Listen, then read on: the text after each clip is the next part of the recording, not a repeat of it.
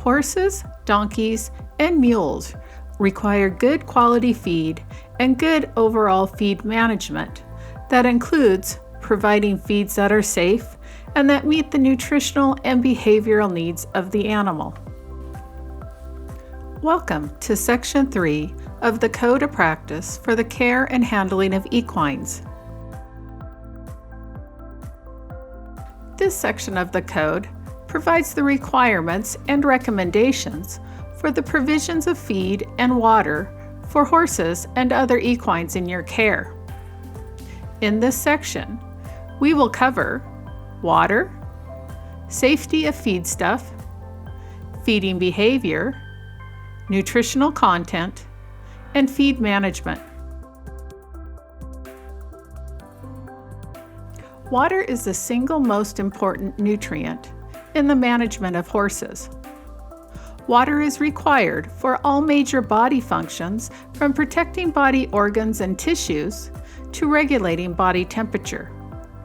It is also critical to nutrition as it carries nutrients to the cells and helps dissolve minerals and other nutrients so they are accessible to the body. Horse owners must ensure that horses not only have access to enough water to meet their needs, but also that the water is palatable, ensuring the animals will drink it. Equines, in particular donkeys and mules, will limit their water intake to the point of dehydration if the palatability of the drinking water is compromised. If they do not like the taste of the water, they will not drink it. Another situation that may limit water intake is when the water is from a new source. This can happen when animals are moved to a new farm or stable or attend a show or competition.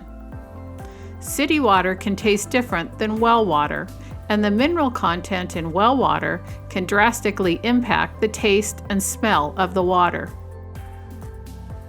One management option is to take water with you when you travel or attend shows, though this may not always be practical.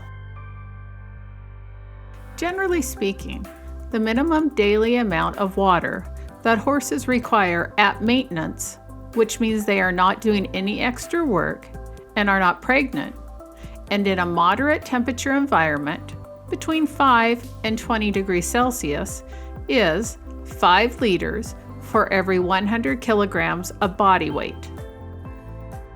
As an example, a 500 kilogram horse that is not actively competing, working, or pregnant would require a minimum of 25 liters of water a day. The amount of water a horse needs will increase when there is high humidity, there is an increase in ambient temperature, an increase in the horse's activity level, such as work, pregnancy, or lactating, the horse is experiencing a health condition such as diarrhea, or a diet that is high in salt or potassium. A chart with sample water intake requirements can be found on the resource page on this website or on page 65 of the Code of Practice. The code requires that all horses have access to safe, palatable, and clean water in quantities to maintain health and vigor. Water troughs, containers, and any automatic watering devices must be cleaned regularly and maintained in working order with no sharp or abrasive edges. In extreme weather conditions, special attention must be paid to ensure water availability, access, and intake. The water source cannot be frozen over and must be freely available in hot weather. Horses should be offered tepid or lukewarm water in cold conditions to encourage intake, especially for geriatric horses. Heating the water up to 20 degrees Celsius can optimize intake in cold temperatures. To help achieve these requirements, you should construct and locate water troughs and buckets so they are protected from contamination and freezing. Automatic watering systems should be checked daily to ensure they are dispensing water properly and there is no stray voltage to the water source, such as from electric fence ground rods or defective heaters. Water quality should be tested at least annually, unless the water is from a previously tested water supply that is safe for human consumption. Section 3.2 of this chapter covers the safety of the forage and grains we feed our animals. Providing or having access to unsafe feed and feed sources can lead to poor production, illness, and even death to horses. The code requires that horses must have daily access to forage that is free from visible mold and has minimal dust. Ideally, hay should be free of dust, mold, soil, weeds, and poisonous plants. And when feeding hay, make sure you remove baler twine and any other debris from the feeding area. Concentrates should also be dust-free and not too finely ground. The code requires that horses must only receive feedstuff that is appropriate for the species. Some feeds that are appropriate for other farm animals, such as medicated cattle feeds, are not appropriate or safe for horses. Make sure that all your rations are balanced for nutrient content and that all feed components used in the ration are of good quality and free from spoilage. In order to do this, you must read all labels on all feeds and understand what they mean. Just like your water source, feed buckets and troughs must be cleaned regularly and free of debris, feces, and old feed. Finally, all concentrates must be stored in a secure area that will prevent horses from overeating. Your feed storage containers for concentrates should be sealed and rodent-proof containers. They should have lids on them that can be latched or hooked and kept out of the reach of all animals. As we move on to Section 3.3, we are going to address the feeding behavior of horses, particularly their need for access to foraging. Based on their inherent nature to forage and the way healthy digestion functions, horses are strongly motivated to graze on hay or pasture. When given the opportunity, they exhibit approximately the same feeding patterns observed in free-ranging horses, eating an average of 12 hours per day and never voluntarily fasting for more than 3 to 4 hours at a time. Horses without available pasture or free choice forage, such as round bales, should be fed at least twice daily, allowing them to have a more natural feeding behavior pattern. Also, research has shown that allowing large spans of time between meals, where the horse's stomach empties, may be linked to gastric ulcers and at times has been associated with increased frequency of stereotypic behavior, such as cribbing. There are feeding strategies you can employ that allow horses to forage, such as grazing pasture or eating hay in a dry lot, or ones that allow horses to mimic their natural feeding behavior, such as slow-feeding hay nets or trickle feeders. To maximize the time that horses have access to forage, depending on their dietary needs, you can offer free choice feeding of forage, you can feed forage multiple times per day, or you can use a slow feeding device. If feeding concentrates as part of their diet, a good practice is to feed the forage first, as this will increase the amount of time horses actually spend eating, resulting in slower digestion. One other recommendation is to allow horses to feed in a head-down position. This allows for more natural wear on the horse's teeth, and it reduces the risk of respiratory conditions as it helps them to clear their throat and they inhale less dust and debris. The ground or flooring where horses are fed should be free from contaminants such as sand, mud, and manure. If this is not possible, the feed should not be in direct contact with the ground, but placed in some type of feeder. The most challenging aspect of feeding horses is understanding nutritional requirements and the balancing of rations.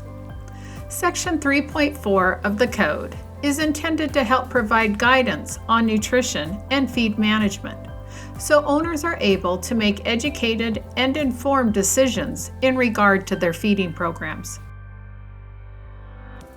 The Code requires that owners must provide all horses with a diet that is adequate for maintaining health and vigor. The amount of feed that horses require is based on the horse's maintenance needs, which is how much they need to maintain while at rest or idle, plus the horse's activity needs such as growth, work, pregnancy, or lactation. The Code requires that each of these factors are addressed in a horse's daily ration, along with any other factors relevant to the individual horse and the environment. The average mature horse will consume 1.5% to 2% of its body weight in feed per day to meet its daily maintenance requirement. Because forage is important to maintaining proper gut function, it is crucial that forage forms the majority of the ration. One of the biggest challenges with feeding forage is the variation in the nutrient content of hay. If a forage has good nutritional content, then little to no supplementation is needed. Hay should be tested, though, to ensure it provides the required mineral amounts or if the hay needs a mineral balancer. Feeding haylage or silage can be suitable for horses provided they are of excellent quality, are free from toxins and ruminant-specific additives, and when introduced, the horses are given time to adapt to this kind of feed. Horses fed haylage or silage should also be vaccinated against botulism poisoning. Concentrates, such as grain or pelleted feed, are used with forage to improve the nutritional balance of the total ration. Concentrates are fed at different rates based on the increased energy needs not met by the forage. The quantity of concentrates fed should be no more than what is necessary to provide the required energy. Many horses actually do not need concentrates to meet their energy needs, as good forage alone is enough. Feeding excessive concentrates can contribute to obesity, digestive upset, and laminitis. Donkeys, mules, miniature horses, ponies, and some breeds of horses are particularly prone to obesity, and any concentrates must be closely managed. These equines may also need special feed management, such as providing coarse grass types of hay and/or some straw as forage. Minerals and vitamins are another aspect of an animal's diet that must be considered. The Code requires that all horses must have access to salt, either provided in the ration or free access, such as a salt block or loose salt. Depending on the type of feed you are feeding and the region you live in, minerals and vitamins may be deficient in some diets, and you will need to supplement them. It is advisable to consult a nutritionist or veterinarian familiar with the nutrient content of feeds grown in your region.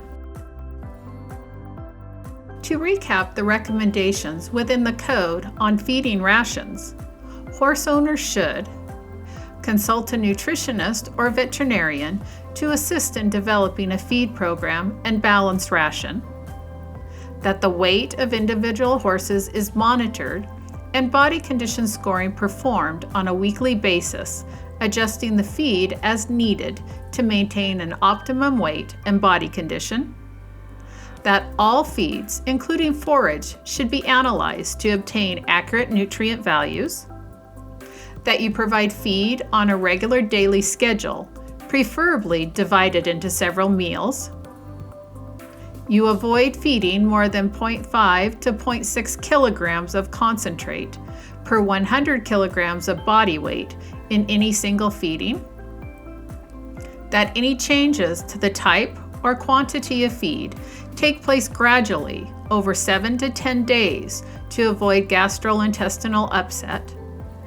And that horses are fed based on the basis of the energy value and weight of feed, not the volume of feed. One last consideration to your feeding program before moving on to specific nutritional requirements is feed space. Feed space is the area utilized for providing feed to your horses. This amount of space required will vary depending on the size, number, and temperament of horses that you will feed at the same time at the same site. Generally, competition for feed can be reduced by providing horses in groups with multiple feeding sites, using either buckets or boxes. You can also add an extra feeding point, such as one more point the number of horses being fed, to help reduce aggression. If you are using hay racks or feed troughs, you should provide a minimum of 1 meter of feeding space per animal. We are now going to move on to specific factors that impact the nutritional needs of horses, including weather, age, work, and productivity. The Canadian climate definitely offers challenges to those who live here, including our horses. When horses are exposed to an ambient temperature below 5 degrees Celsius, their energy needs increase, as does their feed intake, especially forage. We have now reached the end of Part 1 of Section 3 of the Code Education series. You may now advance on to Part 2, which focuses on specialized feeding programs.